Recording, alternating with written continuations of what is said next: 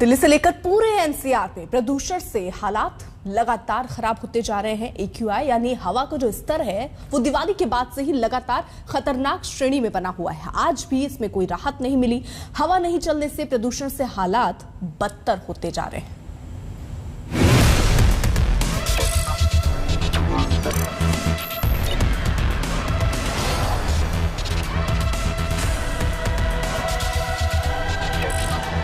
सर्दियों ने ठीक से दस्तक भी नहीं दी कि दिल्ली की हवा एक बार फिर हो गई जहरीली। हवा में इतने प्रदूषक तत्व घुल गए कि सूरज पस्त नजर आने लगा और सांस लेना दुश्वार हो गया। मॉर्निंग वॉक पर जाना खतरनाक हो गया और घर के भीतर भी सांस लेना सितम बन गया। दिल्ली की हवा में घुला ज्यादा जहर। NCR में सांस लेना हुआ सितम। नवंबर में एक बार फिर सांसों पर अटैक। प्रदूषण पर ऐसा वार, जीना दुश्वार।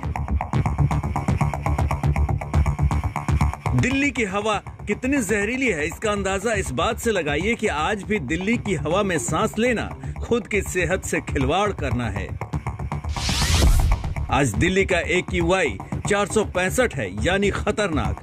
पड़ोसी नोएडा की हालत तो और भी खतरनाक है। यहाँ तो कमोबेश हर जगह पर AQI 700 के पार है। अब जरा दिल्ली की कुछ और जगहों पर AQI के आंकड़ों पर गौर कीजिए। हर जगह आंकड़ा इतना है जो मौसम विभाग और सरकार खतरनाक मानती है। रोहिणी में AQI 463 और ITO पर 484 है, यानी दोनों डेंजर जोन में हैं। चांदनी चौक पर ये 483 दर्ज किया गया तो द्वारका में 492। हरियाली के लिए मशहूर लोधी रोड पर भी 450 AQI है। ओखला में AQI 480 है तो IGI एयरपोर्ट पर 462। प्रदूषण सारी हदें पार कर रहा है और सरकार के हुक्मरान इस पर बात करने से भी कतराने लगे हैं। राजस्थान के सालासर में बालाजी धाम पूजा के लिए CM अरविंद केजरीवाल से दिल्ली के जहरीली हवा पर सवाल पूछा गया तो वो कन्नी काट गए। सर, आज भी वही सादगी है आपकी देखने में आई है कि मीडिया से आपने बात किया, लेकिन सर हल्का सा पोल्यूशन आपने यहाँ भी देखा हुआ, दिल्ली का देखा हुआ, किस तरह से पोल्यूशन बात है? दिल्ली की हवा PM10 यानी बड़े धूल कणों का स्तर बीते 30 घंटों से खतरनाक बना हुआ है और छोटे धूल कणों यानी PM 2.5 की बात करें तो 32 घंटों से इनका स्तर खतरनाक है। जरा दिल्ली की अलग अलग जगहों की इन तस्वीरों को एक नजर में देखिए, आपको हालात का अंदाजा खुद लग जाएगा। इंडिया गेट की इन तस्वीरों को देखिए। आम दिनों में यहाँ से राष्ट्रपति भवन साफ दिखता है, लेकिन आज ऐसे हालात नहीं हैं। राष्ट्रपति भवन धुंध में खोया है। दूर तक सड़क पर सिर्फ धुंध है। विजय चौक से राष्ट्रपति भवन और करीब है। हमने यहाँ जाकर देखा, लेकिन यहाँ से भी राष्ट्रपति भवन की मामूली झलक पाना भी मुश्किल था। अब जरा दिल्ली विश्वविद्यालय के इलाके का हाल देखिए। हरियाली भी यहाँ स्मॉग से मुकाबला नहीं कर पाई। स्मॉग का असर साफ दिख रहा है।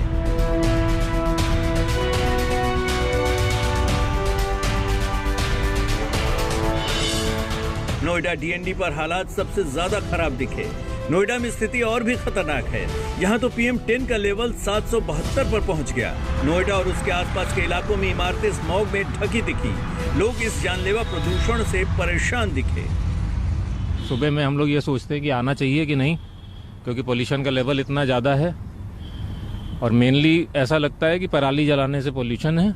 लेकिन जब से दिवाली आई है और उसके बाद से मतलब मौसम खराब ही होता जा रहा है। मतलब डेली में तो देखती हूँ तो इतना फॉग टाइप का लग रहा है, तो और थोड़ी सी आंखों में जलन सी भी कभी कभी होती है। धूप मतलब रहती थी और हमें अच्छा लगता था वॉक करना, बट अभी इस दिवाली के बाद तो हमें धूप भी नसीब नहीं होता है और लोगों को उससे परेशानी भी है। पॉल्यूशन है तो इससे तो हेल्थ इफेक्ट होता ही है।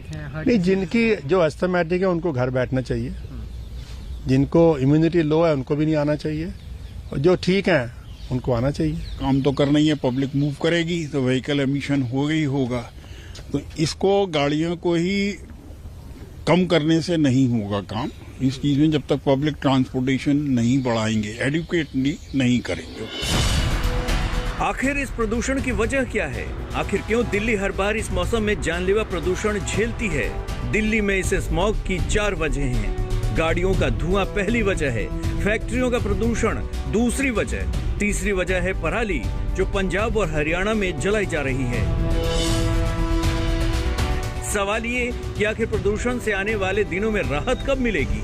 मौसम विभाग के मुताबिक कल कुछ राहत रहेगी, लेकिन 15 नवंबर को एक बार फिर प्रदूषण बढ़ेगा।